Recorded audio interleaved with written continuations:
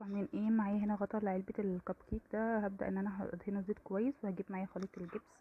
هبدأ ان انا افضيه فيه بالشكل ده كده، وهبدأ اهزه كويس عشان اي هوا يطلع منه. بعد كده هجيب معايا علبة الدوا دي او ازازة الدوا دي كده، ومعايا شريط الليد ده. هبدأ ان انا احطه بالشكل ده كده، احطه ادخله فيها كويس وانزله لتحت شوية كده، واسيب المفتاح بتاعها لبره. وهجيبه واقلبها بالشكل ده كده، واحطها في الجبس بالشكل ده بالطريقة دي كده. هنخلي بس المفتاح بتاع الاضاءة ده بره شوية كده. وبعد ما نشفت وطلعتها جبت اللون الاحمر معايا. انا بسيب القطعة تنشف من 2 ل3 علشان تطلع منها اي رطوبة او اي مية، علشان خاطر لما اجي الون تبقى كويسة. وهنا لونتها باللون الاحمر وناشف كويس، وعملت عليها النقط البيضة بالشكل ده كده. ده شكلها في النهاية. يا رب تعجبكم، ما تنسوش المتابعة ورأيكم.